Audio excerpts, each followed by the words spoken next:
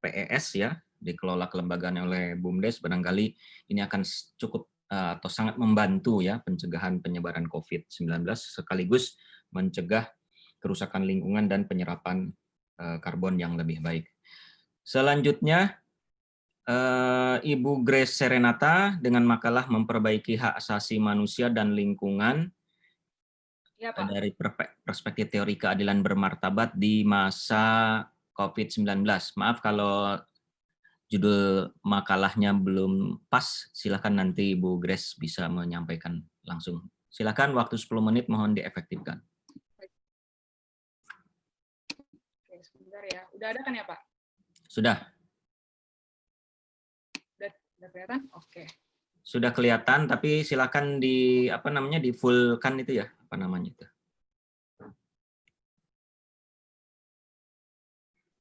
Pak? Ya, silakan begitu juga. Ya, sudah pas. Oke. Assalamualaikum warahmatullahi wabarakatuh. Shalom, Om Swastiastu, Namo Buddhaya. Perkenalkan, nama saya Grace Serenata dari Universitas Pelita Harapan. Terima kasih kepada moderator untuk kesempatannya pada hari ini, dan pada kesempatan kali ini saya akan mempresentasikan mengenai makalah kami yang berjudul Memperbaiki Hak Asasi Manusia dan Lingkungan Ditinjau dari Perspektif Teori Keadilan Bermartabat di Masa COVID-19. Dan pada makalah kali ini, saya mengambil studi kasus dari kasus Karhutla Kalimantan Tengah pada tahun 2015 silam. Tanpa berlama-lama lagi, saya akan memasuki dalam pokok pembahasan.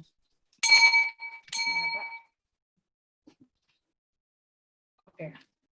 Pertama-tama berdasarkan dari dari Kementerian Lingkungan Hidup dan Kehutanan, perlu diketahui bahwa Kalimantan Tengah merupakan provinsi yang memiliki 13 juta hektar hutan dan 2,7 hektar berupa lahan gambut. Secara alami, lahan gambut ini tidak akan pernah kering walaupun memang sedang dilanda musim kemarau. Tetapi faktor yang dapat menyebabkan keringnya lahan gambut ini adalah dikarenakan oleh ulah manusia sendiri, yaitu dengan cara menutup kanal-kanal air yang lalu dipicu dengan memantik api di permukaan atas lahan tersebut. Dalam kasus ini, Kalimantan Tengah memang terbukti memiliki area lahan gambut yang memang luas. Kejadian Karhutla yang terjadi pada tahun 2015 silam merupakan salah satu contoh kasus kebakaran yang besar yang diakibatkan oleh lahan gambut tersebut. Walaupun kan upaya sedemikian oleh pemerintah pada saat itu, yaitu dengan pemadam api dan juga waterbombing, tetap sulit dipadamkan mengapa sumber api berada di kedalaman lahan gambut tersebut. Sehingga walaupun api di permukaan lahan tersebut terlihat padam, tetap masih nyala. Lalu muncullah pertanyaan mengapa kok ada oknum yang masih melakukan hal tersebut dan juga masih ada oknum yang sengaja melakukan hal tersebut. Jawabannya adalah untuk mempermudah dan meminimalisir pengeluaran dalam melakukan land clearing, pembakaran hutan merupakan contoh atau jalan keluar yang paling tepat bagi oknum-oknum tersebut. Dapat dikatakan sebenarnya tindakan ini merupakan kelalaian pemerintah yang memang belum serius dan tegas dalam melindungi lingkungan hidup di Indonesia. Akibat dari kelalaian tersebut adalah hak asasi manusia dan hak lingkungan secara bersamaan dirampas begitu saja dari masyarakat yang memang berada di Kalimantan, bahkan yang sampai di luar Kalimantan. Berdasarkan data dari Air Visual menunjukkan bahwa wilayah Kalimantan Tengah pada saat itu memiliki indeks kualitas udara yang sangat membahayakan, dan kondisi udara yang sangat membahayakan ini sebenarnya dapat menimbulkan iritasi hingga penyakit-penyakit paru-paru, penyakit-penyakit baru bagi masyarakat di sekitar sana. Dan pada saat itu banyak sekali orang-orang yang harus mengurung diri di dalam rumah sehingga menyebabkan dan juga menyulitkan mereka untuk mengakses air bersih dan juga makanan pada saat itu. Oleh sebab yang di atas, maka pemakalah merumuskan rumusan masalah yang akan dikaji oleh tim penulis, yaitu bagaimana sih mekanisme penegakan hukum lingkungan akses terhadap keadilan bagi masyarakat, apalagi pada zaman COVID pandemik seperti ini. Dalam makalah ini, penulis mengambil contoh kasus penegakan hukum lingkungan di Kalimantan Tengah yang menggunakan jalur lawsuit sebagai akses masyarakat terhadap keadilan. Di citizen lawsuit ini memang tidak diatur secara terinci, namun dapat diajukan sesuai dengan ketentuan hukum yang berlaku, yaitu berdasarkan surat keputusan Ketua MA 36 KMSK 2013, Satuan Pedoman Penanganan Perkara Lingkungan Hidup. Di sini pemakalah akan analisis kualitatif, khususnya mengkritisi putusan MA dan undang-undang terkait dengan hukum lingkungan dan hak asasi manusia yang berada di dalamnya. Dalam makalah ini, temuan-temuan yang kami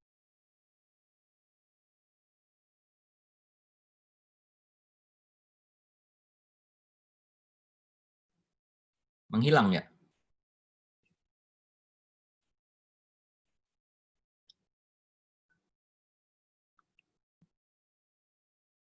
Halo? terputus tadi ya, Pak?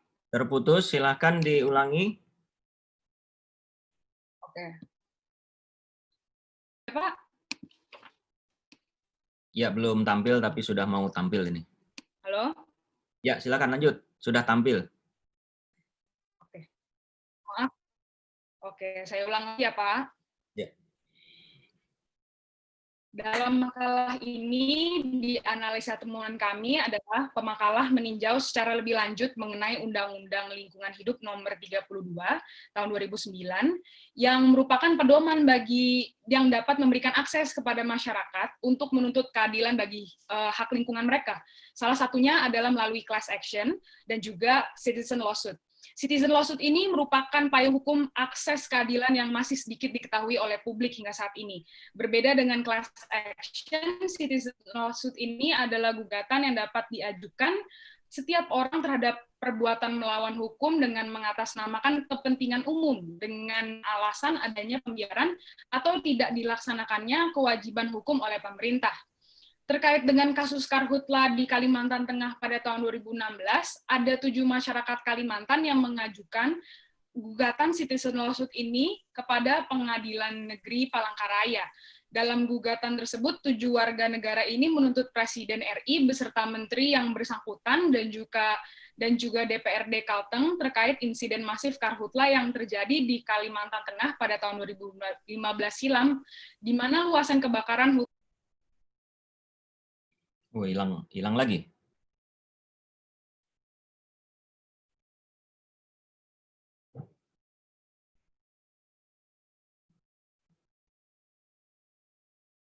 Halo, Grace? Hilang ya, lagi. Pak. Sorry, Pak. Mungkin Internetnya lagi parah, Pak. Tidak pakai video ya, hanya suara saja dimunculkan. Oke. Sebentar ya, Pak. Ya. Silakan. Oke, sebentar ya, Pak. Dalam putusan tersebut, hakim memang mengabulkan gugatan yang menyatakan bahwa para tergugat telah melakukan PMH dan diberikan hukuman untuk menerbitkan peraturan pelaksana dari Undang-Undang Lingkungan Hidup yang dapat menjadi payung hukum bagi pencegahan kebakaran hutan dan lahan. Atas putusan itu, para tergugat pun mengajukan peninjauan kembali. Hal inilah yang menurut pemakalah kontradiktif. Seharusnya demi menegakkan keadilan bagi masyarakat, pemerintah wajib mengikuti putusan MA mengingat prinsip equality before the law. Ditambah lagi kasus ini menyangkut HAM dan hak lingkungan masyarakat. Dapat dikatakan sebenarnya dengan melaksanakan putusan dari MA, pemerintah tak dirugikan sedikit pun, justru berkontribusi melestarikan lingkungan. Di luar itu, apabila kita meninjau dari segi dampak yang terjadi akibat Karhutla ini, yang sebagaimana kita tahu, hutan merupakan paru-paru bumi yang adalah rumah bagi satwa liar. Apabila habitat ini dirusak, secara otomatis satwa liar tidak memiliki. Ini merupakan peluang besar bagi munculnya penyakit-penyakit baru yang dapat menyerang manusia, yaitu salah satunya seperti penyakit zoonosis. Zoonosis sendiri merupakan jenis penyakit yang ditularkan oleh hewan kepada manusia, seperti yang dari tadi telah kita bahas. Dan pada detik ini kita semua tahu bahwa COVID-19 dapat dikategorikan sebagai penyakit zoonosis, di mana virus dari penyakit tersebut menyerang saluran pernafasan manusia. Mari kita bayangkan apabila Karhutla ini terjadi di masa pandemik seperti sekarang, dengan tidak adanya pencegahannya efektif dan juga cepat tanggap oleh pemerintah, dampak buruk seperti apa yang dapat dialami oleh masyarakat sekarang ini. Oleh sebab itu, berdasarkan pemaparan yang telah makalah uraikan di atas, pemakalah hadir dengan beberapa kesimpulan dan rekomendasi. Pertama-tama, kami pemakalah percaya bahwa sebenarnya pemerintah tahu sebenarnya memang banyak high demand terhadap penebangan pohon di Indonesia, dan hutan produksi yang dimiliki oleh Indonesia saat ini belum mencukupi high demand tersebut. Oleh karena itu, akan lebih baik jika pemerintah mulai membuka hutan produksi yang secara lebih luas, agar yang dikerjakan di dalamnya dapat terkontrol sesuai dengan standarisasi suatu hutan produksi, dibandingkan justru hutan-hutan yang dilindungi harus mengalami kerugian seperti ini akibat tidak terkontrolnya di lapangan yang dilakukan oleh pemerintah. Kedua, kami juga percaya bahwa kami juga ingin mengusulkan bahwa yang mungkin dapat dilakukan oleh pemerintah adalah sebagai berikut, yaitu pemerintah dapat membentuk patroli dengan memberikan kewenangan kepada mereka, yaitu untuk pertama mengontrol kegiatan yang berada di pinggiran dan lahan, di dalam hutan dan lahan, serta mengontrol kegiatan perusahaan yang diberikan kewenangan oleh pemerintah untuk mengelola lahan dan hutan tersebut. Kedua, patroli juga diperlengkapi dengan tugas mereka, yaitu untuk melakukan pengecekan kualitas terhadap titik-titik lahan gambut yang mungkin dapat berpotensi. Oke, baik. Mohon maaf ya, Ibu Grace, karena beberapa kali sudah putus. Tapi tadi kita sudah mendengar dan membaca simpulannya. Jadi karena waktu sudah melewati 10 menit, jadi saya tutup ya. Saya anggap selesai. Terima kasih Bu Grace ya. Jadi ini menarik nih, ada suatu simpulan di akhir tadi saya membaca, sebaiknya pemerintah membuka hutan produksi untuk menggantikan hutan lindung. Artinya hutan produksi ya dikelola oleh perusahaan-perusahaan ya.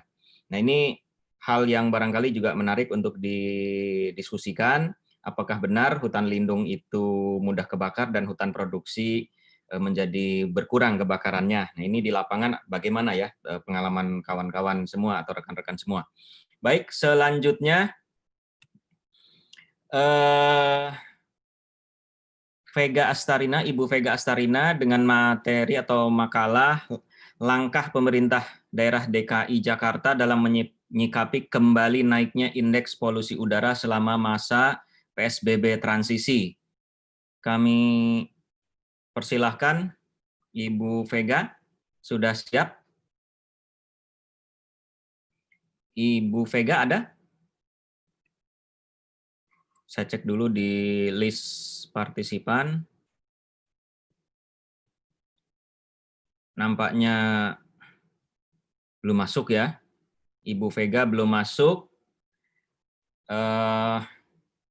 Saya lewati saja.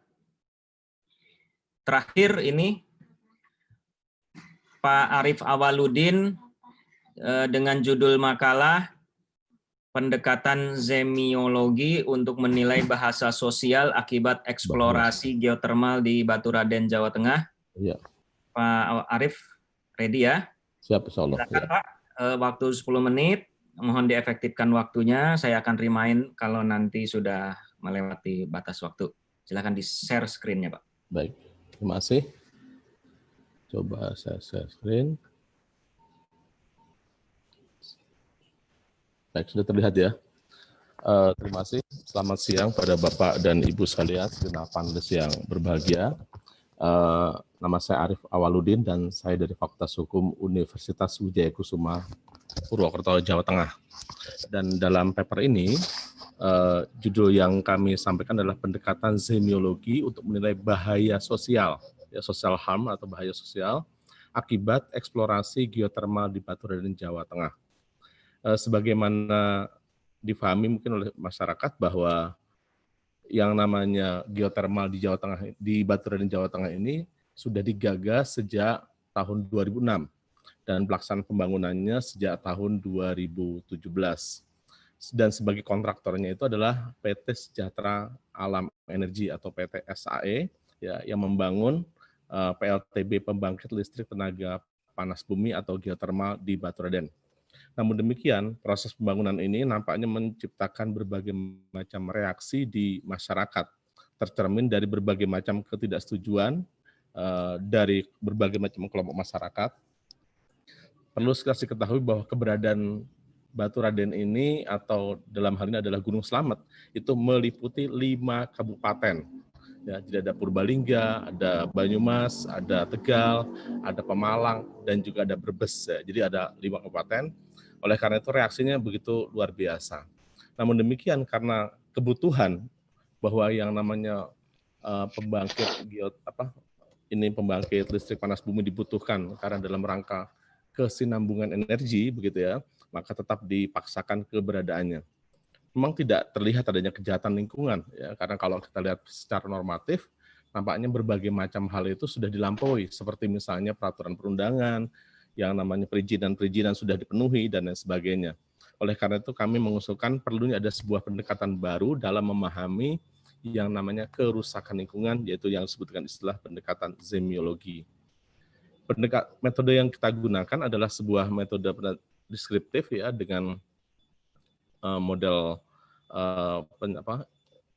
kualitatif dengan melakukan wawancara secara terfokus pada beberapa pihak yang secara langsung mengalami berbagai macam penderitaan tersebut, dan yang berikutnya adalah mendapatkan liputan-liputan dari media online yang kita peroleh selama kurang lebih 2 tahun terakhir.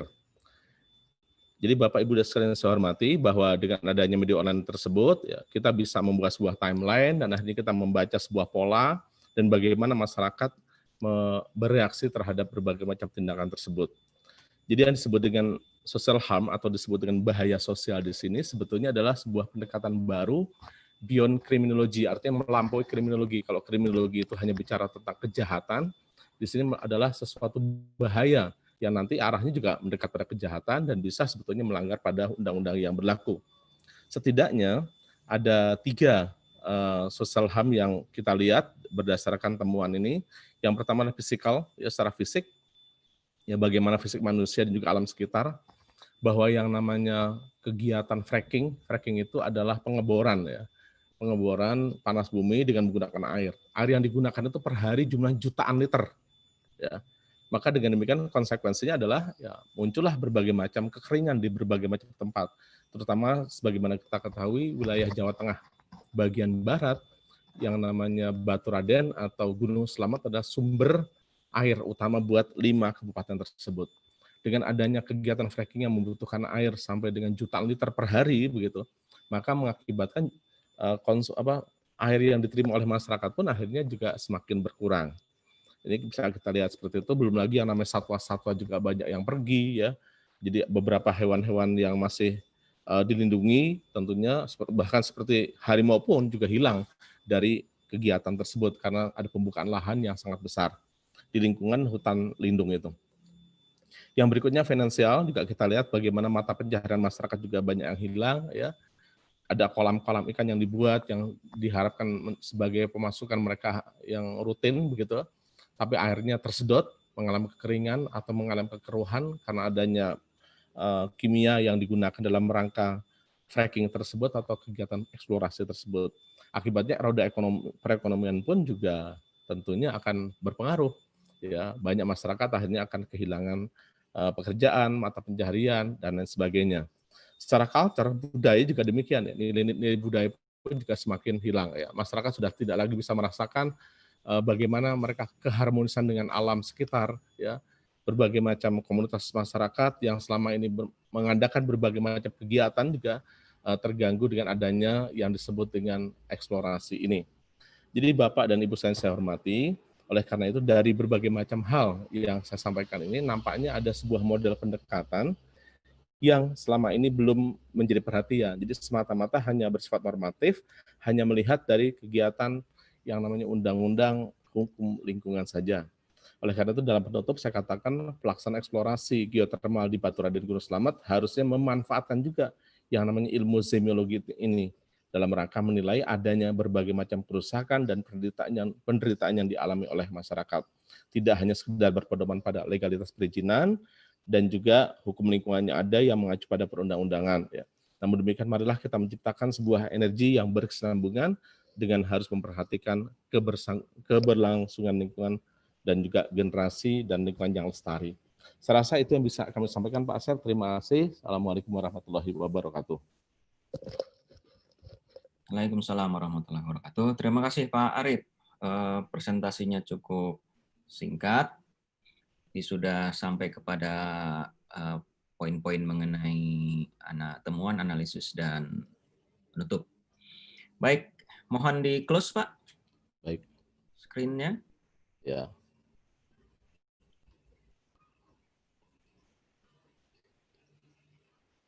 Baik, terima kasih Bapak Ibu sekalian. Seluruh makalah sudah tersampaikan. Saya cek lagi apakah ada pemakalah yang belum dapat kesempatan. Baik ya, sudah semua. Bapak Ibu sekalian, terima kasih. Di ruang chat room sudah ada sejumlah pertanyaan. Saya juga melihat beberapa pertanyaan sudah sempat dijawab secara tertulis juga oleh beberapa narasumber. Saya tetap akan memberi kesempatan kepada pemakalah dengan pertanyaan-pertanyaan yang sudah diajukan. Pertama, kepada Ibu Mirna dan Mas Firman, nanti silakan juga memberikan respon secara langsung, di samping tadi yang sudah dijelaskan di dalam chat room. Kemudian pertanyaan Pak Malik kepada Pak Putu, tadi sudah sempat dijawab juga, tapi saya berikan kesempatan Pak Putu untuk memberikan responnya secara langsung. Kemudian ini kepada Ibu Grace, ada 2 pertanyaan. Pertama dari Pak Imam Jayanto. Pertanyaannya adalah, apakah HPH sudah cukup aman untuk melindungi hutan yang ada, Bu? Atau ada solusi lainnya? Di daerah pelosok itu banyak hutan yang ditebang, lalu bukitnya jadi gundul dan berubah jadi lahan pertanian. Di samping itu juga dari Ibu Retno, tadi juga menanyakan kepada Bu Grace, yaitu agak aneh kesimpulannya, yang menyarankan hutan produksi dibuka luas. Loh, ini kan jadi pintu masuk kerusakan hutan, dan satu langkah lagi jadi IPPKH, izin pinjam pakai kawasan hutan untuk tambang. Menurut saya kesimpulannya salah. Nah, itu nanti perlu direspon juga. Saya kira itu ya yang muncul di dalam chat room. Monggo bisa dijawab dulu oleh Bu Mirna pertama kali, atau Mas Firman, selanjutnya oleh Pak Putu, dan terakhir oleh Bu Grace. Silakan. Terima kasih Pak Asep. Saya mau jawab pertanyaan dari Pak Imam, meskipun tadi di dalam chat room saya sudah menjawab secara tertulis. Jadi memang kalau pertanyaannya perlindungan pada satwa liar secara umum, itu kita punya Undang-Undang 5/1990, Undang-Undang Konservasi Sumber Daya Alam Hayati dan Ekosistemnya, dengan berbagai macam turunannya. Disitulah sebenarnya perlindungan terhadap satwa liar itu bisa kita temukan bagaimana pengaturannya. Kemudian kita juga terikat kepada komitmen untuk perlindungan terhadap satwa liar, terutama yang masuk ke dalam kategori endangered species. Jadi itu ada satu konvensi yang kita juga harus menaati itu. Nah, di dalam riset kami memang tidak melihat kepada aspek itu, karena sudah cukup banyak juga yang melakukan kajian itu. Kami melihat kepada aspek animal welfare dikaitkan dengan pengendalian zoonosis. Di dalam kerangka hukum Indonesia, satu-satunya yang menyediakan pengaturan itu adalah di dalam rezim hukum peternakan dan kesehatan hewan. Jadi itu yang menjadi topik dari penelitian kami. Jadi kalau ingin melihat bagaimana animal welfare itu diatur di Indonesia, itu lihatnya di Undang-Undang 18 tahun 2009. Meskipun demikian, meskipun berbicara soal kesejahteraan hewan, tetapi Undang-Undang 18 2009 itu memang masih syarat dengan etika antroposentrisme. Jadi berbicara kesejahteraan hewan itu masih di dalam frame kepentingan-kepentingan manusia. Kira-kira demikian tanggapan saya. Terima kasih. Baik, terima kasih Bu Mirna. Saya lupa juga menyampaikan bahwa ada pertanyaan buat Pak Hasbi ya tadi, meskipun sudah sempat dijawab, tapi nanti saya akan beri kesempatan di bagian terakhir. Silakan sekarang Pak Putu kalau mau memberikan respon terhadap pertanyaan Pak Malik. Terima kasih, selamat siang. Tadi sudah saya sampaikan di room chat bahwasanya Perda Desa Adat di Bali itu baru berumur 1 tahun. Tapi walaupun berumur 1 tahun, kalau kita bisa mengukur efektivitas atau bekerjanya hukum itu, ada beberapa catatan yang bisa saya sampaikan di sini. Yang pertama, bahwasannya desa adat secara yuridis normatif telah diakui menjadi subjek hukum dan terdaftar di dalam Perda Desa Adat sejumlah 1.493 desa adat. Yang kedua, tata hubungannya dengan desa dinas di Bali itu masih seperti dulu, yaitu koeksistensi. Desa dinas mengurus administrasi, sedangkan desa adat mengurus tentang adat dan budaya. Yang ketiga, bahwasanya Perda Desa Adat di Bali tersebut telah mengadopsi yang namanya pluralisme hukum di dalamnya. Kemudian yang keempat, secara khusus di Bali telah dibentuk satu dinas khusus yang mengurusi desa adat di Bali di tingkat provinsi yang bernama Dinas Pemajuan Masyarakat Adat.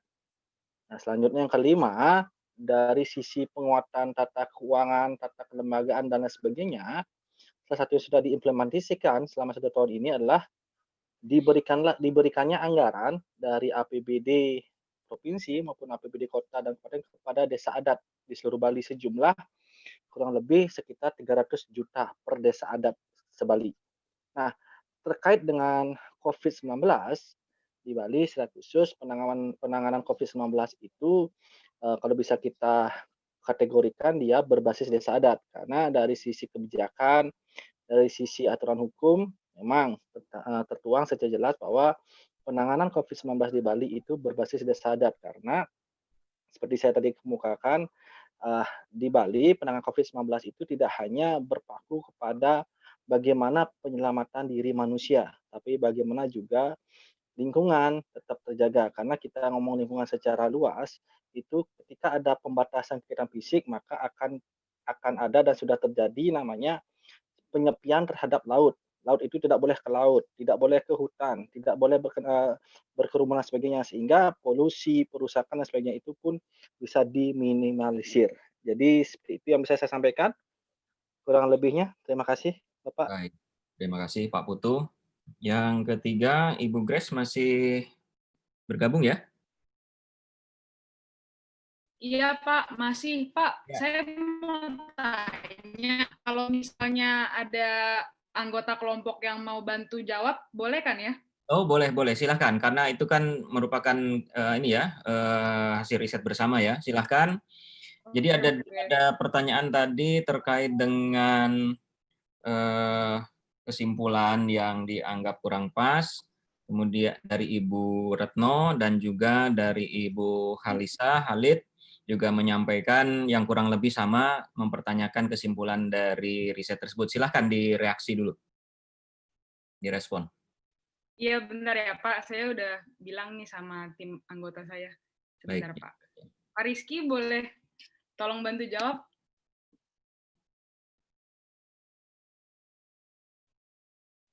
Bentar ya Pak, kayaknya dia koneksinya ada bermasalah sedikit deh. Ini yang Rizky Karo-Karo ya? Iya, ini yang Rizky. Sudah silakan Pak Rizky. Ya, saya mau izin nggak pakai video ya, takutnya kesek-kesek. Terima kasih untuk pertanyaan dan kritikannya ya. Pertama-tama memang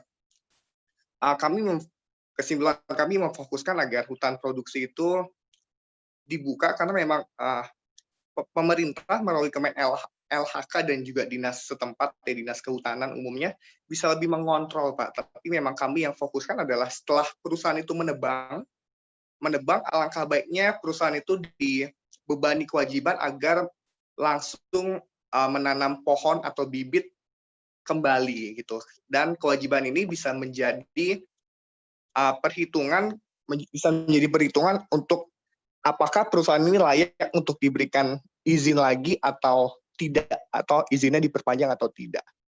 Gitu. Tapi untuk apakah kami sudah menghitung berapa hutan produksi yang ada di Indonesia saat ini? Jujur dalam temuan kami sementara ini kami belum sampai ke sana, Pak, tapi terima kasih untuk sarannya. Gitu, Pak, dari kami.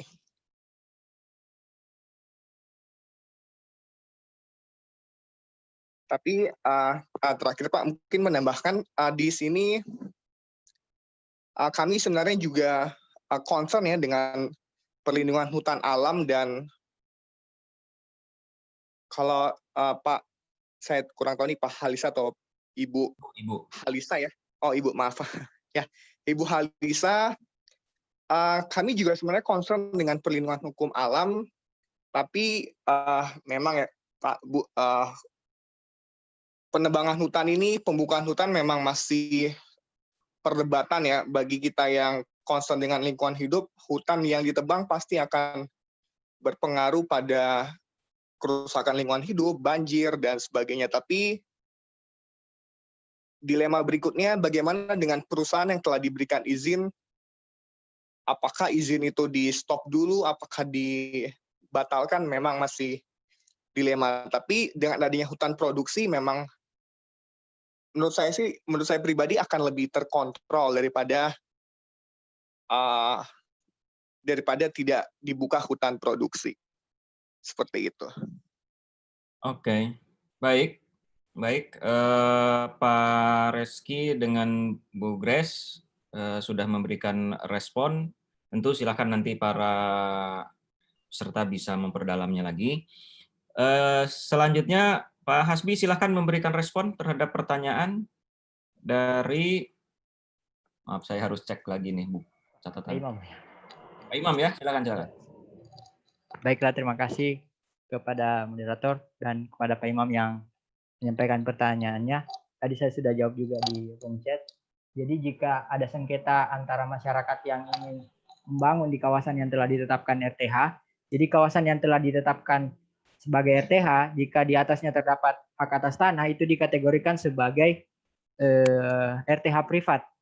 Nah, solusinya jika seperti ini, maka orang atau badan hukum tersebut yang ingin membangun di kawasan RTH tersebut mesti mengajukan izin untuk melakukan pembangunan yang di dalam ketentuan perizinan yang diberikan itu diatur terkait dengan ketentuan untuk menyediakan RTH dengan ukuran tertentu. Tentu ini menjadi permasalahan ketika misalnya luas RTH itu akan berkurang karena tidak semua lahan yang telah ditetapkan menjadi kawasan RTH itu akan tetap menjadi RTH. Jadi solusinya yang kami tawarkan di sini adalah mesti ada pembebasan lahan dari pemerintah yang telah menetapkan kawasan tertentu tersebut untuk ditetapkan menjadi RTH, kemudian RTH yang dari awalnya RTH privat kemudian dialihfungsikan menjadi dikategorikan menjadi RTH publik supaya bisa lebih dikontrol oleh pemerintah. Mungkin seperti itu, Pak Asep. Baik. Terima kasih Pak Hasbi.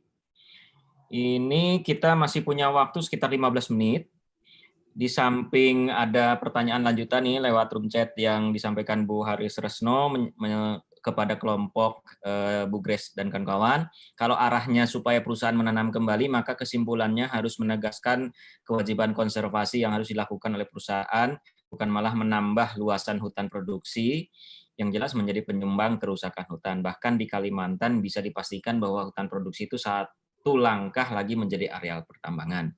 Nah, silahkan kalau ada yang juga mau raise hand untuk bertanya langsung kepada para pemakalah.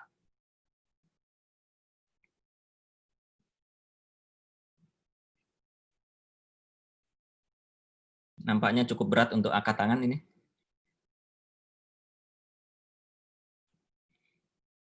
Kalau begitu, saya beri kesempatan dulu Bu Grace atau Pak Rizky untuk memberikan tanggapan lebih lanjut dari pertanyaan Bu Haris Retno.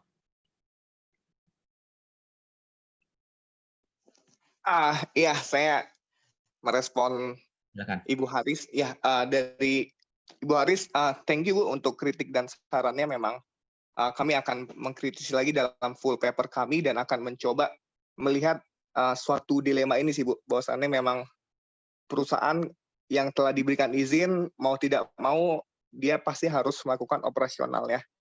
Tapi dilema kedua, bagaimana dengan kerusakan lingkungan hidup? Apakah cukup dengan penanaman pohon kembali, ataukah cukup dengan kewajiban CSR yang ada di Undang-Undang PT ataupun Undang-Undang LH? Thank you Bu untuk sarannya. Oke, baik. Silahkan, masih ada kesempatan.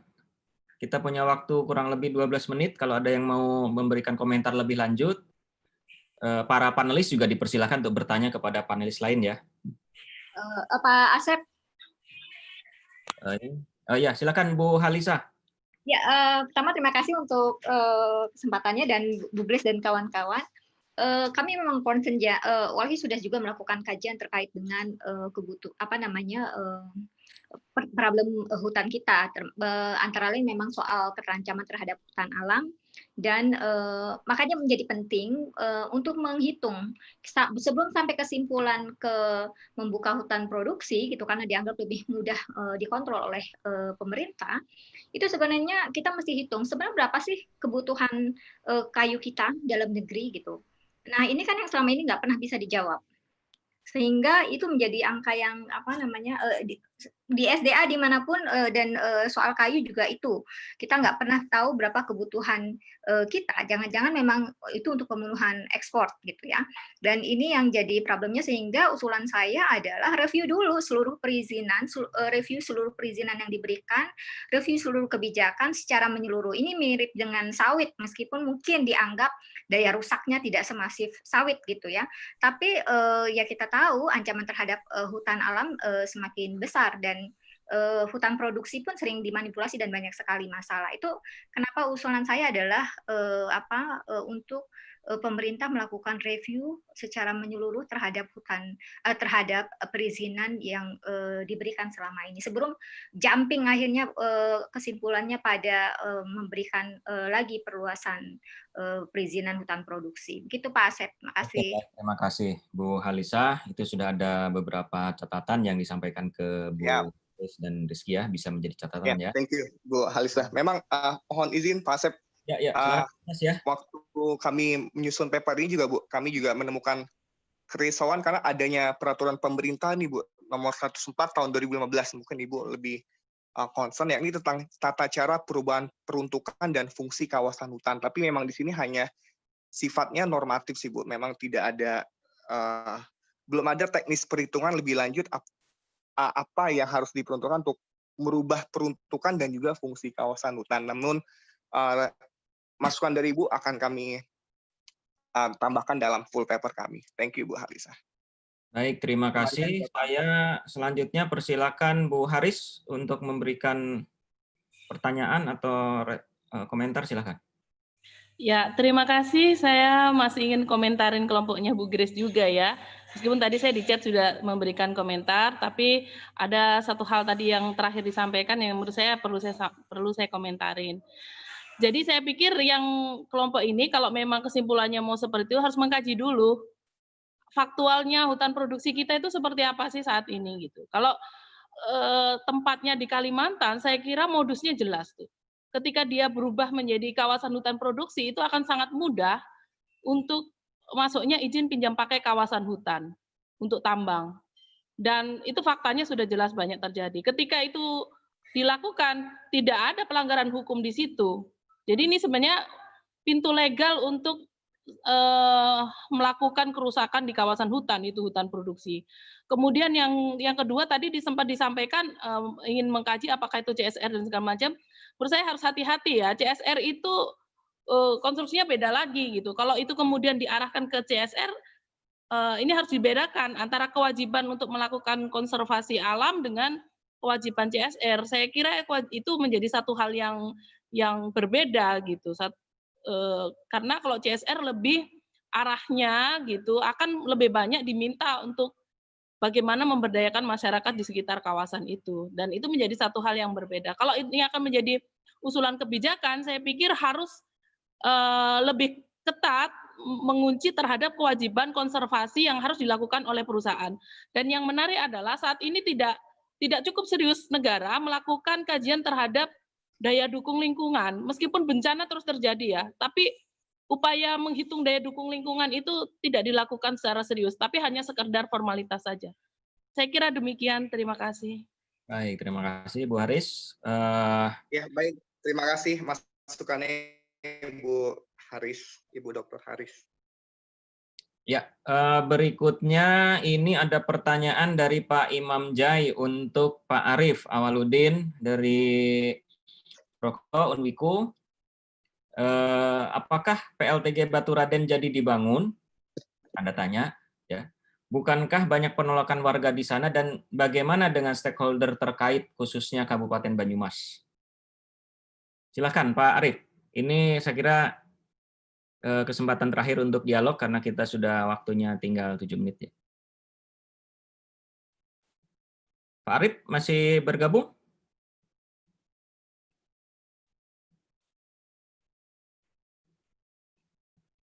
Pak Arif nampaknya sudah live ya. Oke, baik. Kalau masih ada yang berminat untuk bertanya atau berkomentar, saya kasih kesempatan. Baik, Bapak Ibu sekalian, nampaknya saya harus mengakhiri sesi 3 kali ini dengan 9 pemakalah dan tadi sudah ada sejumlah pertanyaan yang diajukan untuk memperdalam topik yang dibahas. Tentu saja kita tidak hanya membicarakan satu aspek atau satu topik, tapi cukup beragam dalam konteks penegakan hukum lingkungan dikaitkan dengan COVID dan akses terhadap keadilan. Bapak Ibu sekalian, kami dari pengelola panel dan saya sebagai moderator mengucapkan terima kasih atas partisipasi Bapak Ibu sekalian dan juga kepada para peserta yang sudah terus mengikuti sesi 3 ini sampai pukul 1. Demikian dan saya mohon maaf kalau ada kekurangan dan kesalahan dalam memandu sesi 3 kali ini.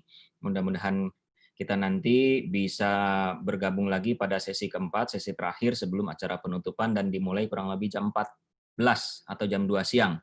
Baik, demikian. Terima kasih Bapak Ibu sekalian. Sampai jumpa kembali. Wassalamualaikum warahmatullahi wabarakatuh. Waalaikumsalam.